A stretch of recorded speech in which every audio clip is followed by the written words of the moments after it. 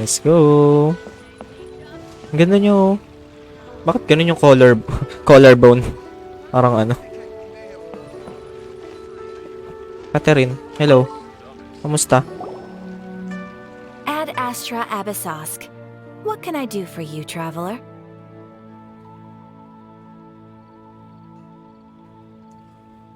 About traveling to Inazuma. Ah, yes. I've heard that you've already made arrangements with the captain of the Crux fleet regarding your passage to Inazuma.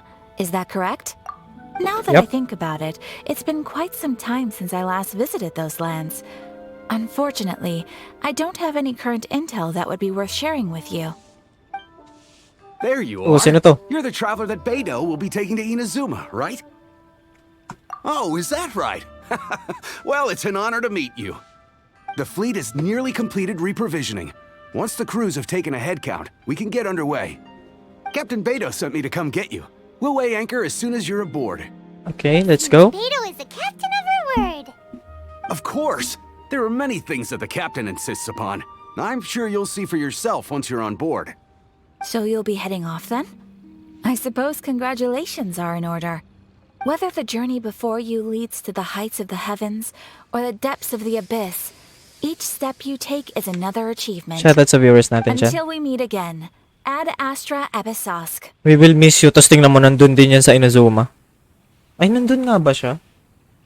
Oh, it's kind of hard to say goodbye now. We practically see each other every day. Oo nga. Well, if that's how you feel, why not come and find me when you arrive? Oo nga, meron I'll be nga. awaiting you on Narukami Island. So there's another Catherine in Inazuma? See, there's no need to get all sappy now. Well, I guess it's time for you to bid farewell to Liyue Harbor. Now that I've delivered my message, I'll be heading back. The ship is currently anchored off of Guyun Stone Forest. Yo, let's go. Okay, thanks for coming all this way to let us know. Just go. following orders. I'll see you two Farming aboard the game. Alcor. Not worry tayo mag-aaway. Hoy, wag naman ganyan.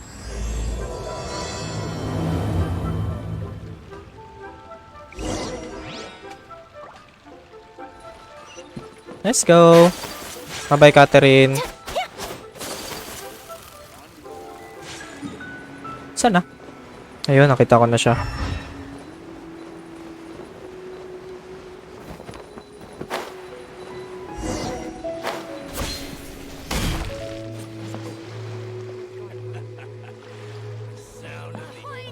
Let's go. Ah, you finally made it. All these years, come rain or storm, the Crux fleet has never suffered a delay. If it were anyone else, I might have set sail already. Hello. Don't look too serious, I'm only joking. You're just on time. The crew have just finished making final preparations. Okay, let's go. Well, now that everyone's Kain tayo here, ng singaling. we set sail for the land engulfed by storm and tempest. The nation of eternity. Anchors away!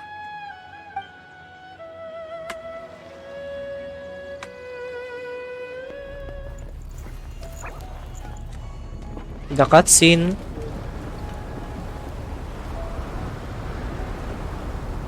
Let's go. Sana hindi ma-traffic, no? Uy, angas.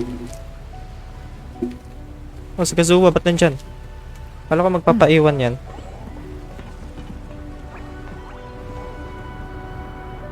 Wala guys, off ko muna yung comments, ah. Yan. Mamaya na lang ulit after ng mga quest.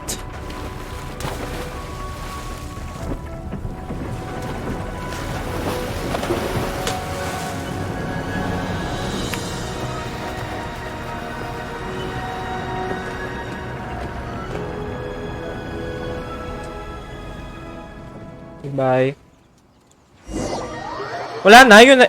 Oh my god, bakit yun na yun?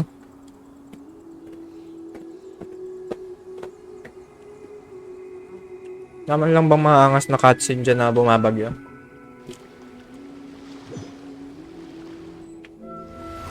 Ayan nga, sabi ko nga. Ganda.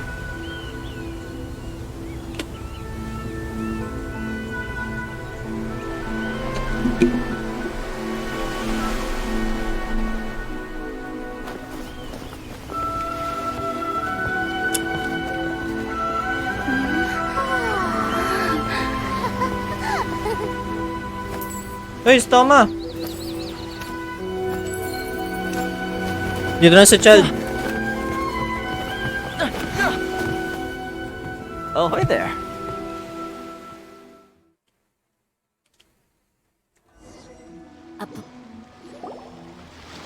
So, you finally made it. You sure kept me waiting, Captain. And it appears we have a couple of stowaways. Or perhaps I should say, honored guests. Stowaways. Stowaways. You can blame your almighty shogun. The tempests around Inazuma have been growing all the more fierce lately. Though Ba the ako fleet lala? was fully up to the challenge, the inclement weather still caused some delay. Now then, let me introduce everyone. This is Toma, a trade partner that I've gotten to know recently. You don't know how long I've been waiting to see you. Toma, these two are... Oh, no need for introductions. Nakakalala mo Their naman pala kami. reputation precedes them.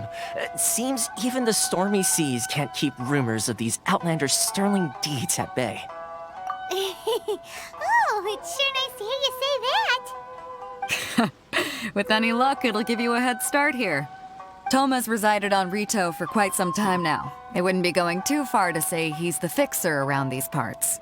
If you run into any problems here, Fixer just ka talk pala to eh. Toma. But if he tries to pull any moves on you, I'll be sure to deal with him personally the next time I'm around.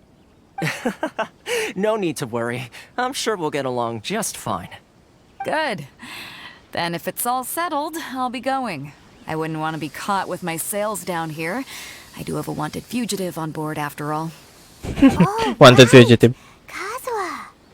Until next time, Ano sinabi? traveler, remember to give it your all, no matter what perilous storms you may Same. Let's go. Fair seas, Captain Beto. Bye-bye.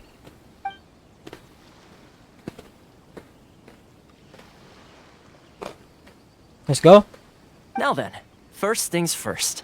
We need to go get you registered at the border checkpoint. Okay. Paimon thought we were supposed to be keeping things on the down low. Are we just gonna walk into the government's hands? Don't underestimate the reaches of the Sakoku Decree. You wouldn't be able to avoid inspection even if you tried. So we have to play by the rules, even if we're kind of bending them. Bet naman ni Toma. Through the storm. Achievement agad yun ah.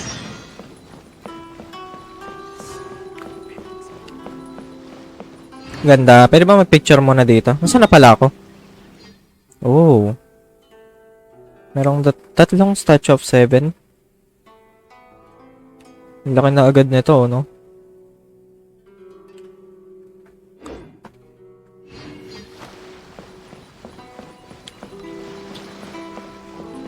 Ba't pala tayo bawas?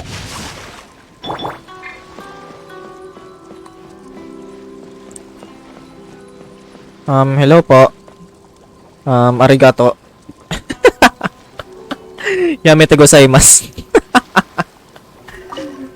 Ay, shoutout kay Ken. Hello. Oo, pre, see you one. Identity and the purpose of your visit. Except you, Toma. Ano po, nanap ko po yung kapatid ko, pero nautusan po akong magala dito. Excuse me? Please provide the information requested and also declare any goods you are carrying with you.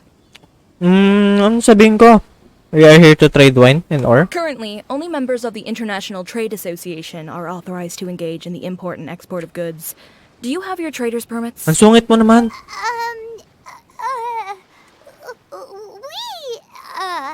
Oo, My syempre. apologies, but I'll have to ask you to... Here are the entry papers for your kind perusal. What?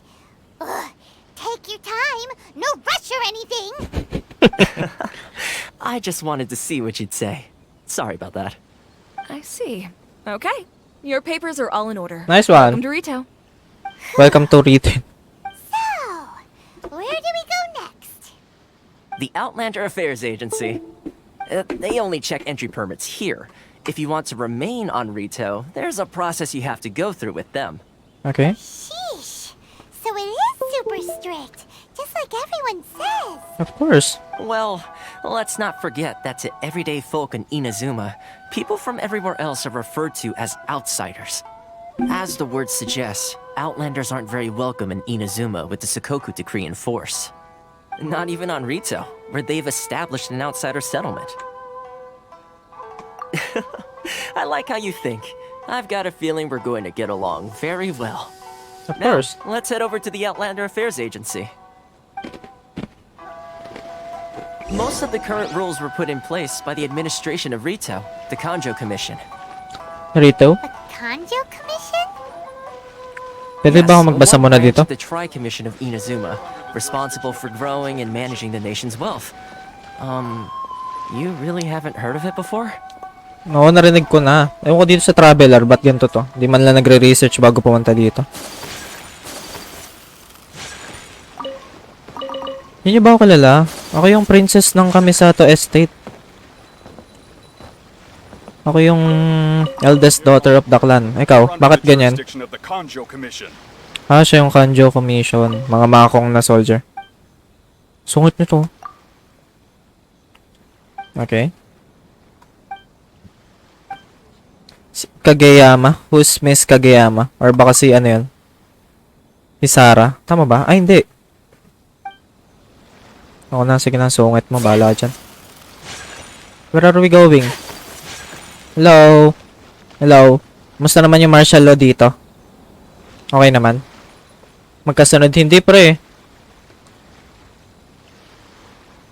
Ano lang, nakakuha ko chichi. The chichi curse. Hello po. Sino ka po? Nagbebenta. Magaganda ba binibenta mo dito? Malawa dyan. Ito, sino to? Sailing Breeze. Mga inumin. Taray Carpilia. What a nice name. Hello? Ting Ting. Ting Ting. Shishi. Hello, Shishi. Ano ba? Yung ba ako kilala? Ano? Isitayin mo ba ako? Hindi. Tara na nga, tapusin natin to. Ang cute kasi. Oy, si Robert. Oy, sa wakas, may matinong pangalan, Robert.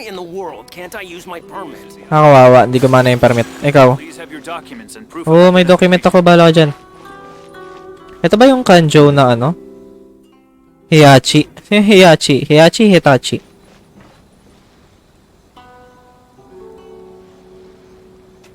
Hello po. Yurika. Yurika.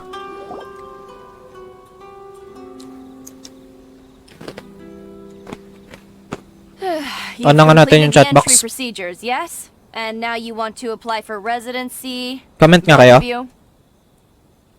Both of you? Oo, titira ako dito. Yes, please. Okay, the processing fee will be 2 million mora. Ay, ang cute naman. 2 million. Million? For a processing fee? Are you serious? That's right. 1 million per applicant, which makes 2 million. Grabe, ang mahal total. naman. Don't worry. You can trust my math. Paimon wasn't so much Taray naman ang mata questioning niya. Ang your ganda ng math. eyeshadow niya.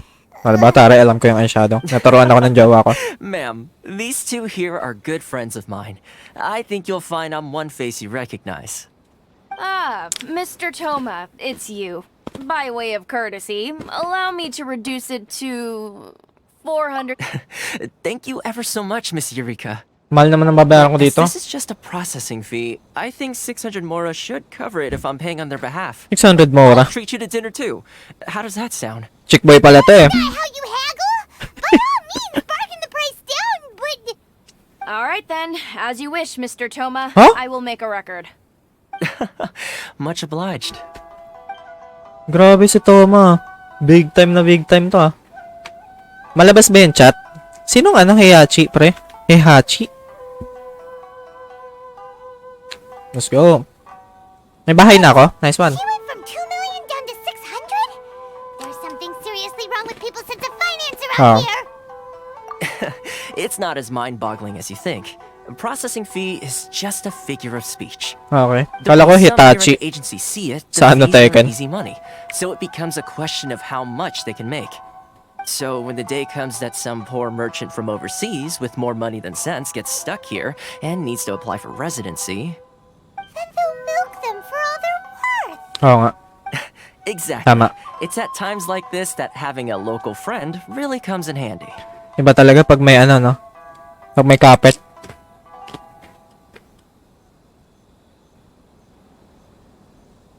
Yes, but when you're an outlander in Inazuma, far from home in this closed nation era, there's very little that can be done about it. The most that overseas merchants can do to look after themselves is stick together. That's how the International Trade Association came about. So it's a trade association built by and for Outlanders? Yep. And as well as advancing commercial interests, the association provides help, support, and structure for Outlanders trying to survive on Rito. Essentially, it's an association devoted to both commercial excellence and survival skills. Sounds like just staying alive is an achievement when you're an Outlander in Inazuma. Oo nga. I see. So this is the real purpose of your trip. Yes, given that you are Outlanders, it's certainly a lofty aspiration. After all, the Raiden Shogun is the most exalted and revered one in all of Inazuma. She is a deity who reigns on high, while all other life gazes up in awe. Huh. I was going to say nothing is set in stone when it comes to who you will encounter in this world. Who's to say you won't happen to run into the Raiden Shogun one day after lunch? Uh-huh. And is that likely? Okay, I'll give it to you straight. I know of a way to introduce you to the Raiden Shogun. Really? Wow, the Rito Fixer is better connected than we thought. I mean, it will take all the resources I have at my disposal, but it can be done. However, before we get there, connections come at a high price, you understand? Not you too. No. In this instance, when I say price, I'm not talking about Mora. Okay. In fact, there's no real cost as such. It's just that if this is something you really want, you'll have to agree to help other people solve some of their problems first. I like to do things in a way that keeps everybody happy. It's my own personal rule for dealing with situations like this. Ay, paano? Sumbait mo naman pala. Sounds very reasonable to Paimon. You're the man in the middle, so you have to trade favors to keep everyone indebted to you. Same. Why do I get the feeling you're making me out to be some sort of crook? Never mind. Here's the situation. As I touched upon earlier, the members of the International Trade Association are constantly struggling to survive. Recently, things seem to have gotten more difficult than ever for them, so just go and check things out. See if there's anyone who can Sige help. pre. Mamaya-maya. The head of the association is called Carisio, and he's a good friend of mine. Go talk to him. I'll wait for you here. Okay. Kurisu. Where is Kurisu? Ay, tama. Carisio will reach his wits' end if things carry on like they are. Go see what you can do for him. Okay. Picture muna tayo syempre para maangas.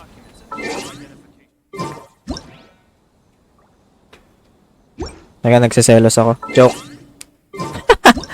Ba magandang, ano? Yan? Yan. Charan! Ilan daw? Buksan daw natin yung Statue of 7. Baka bawal pa to.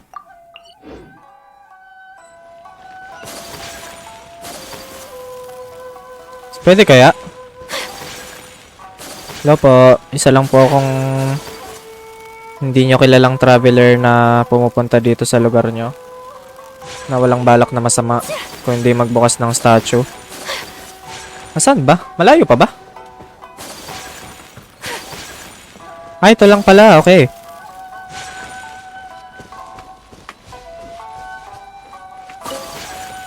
Kailangan ko ng materials ni Ayaka, hindi ito. Joke lang. Ayan na. Let's open this one. The very first.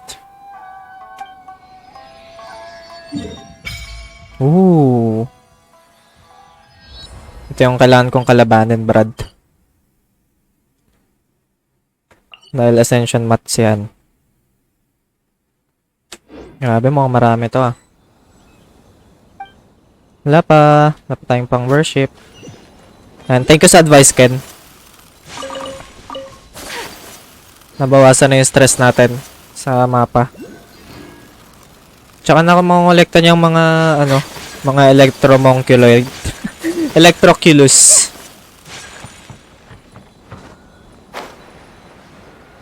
Uy, may waypoint. Oo nga, nakalimutan ko may mga waypoint din pala, no? Grabe. Ang tagal ko nang di nakapagbukas ng mga ganito.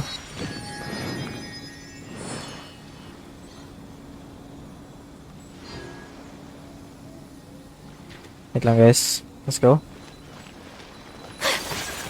Tao po. Saan dito si... Ah, ito si Kuriso. Ay, ito ba yung nadaanan ko kanina? Siya yun, di ba? Yung may problema daw sa ano? Sa permit.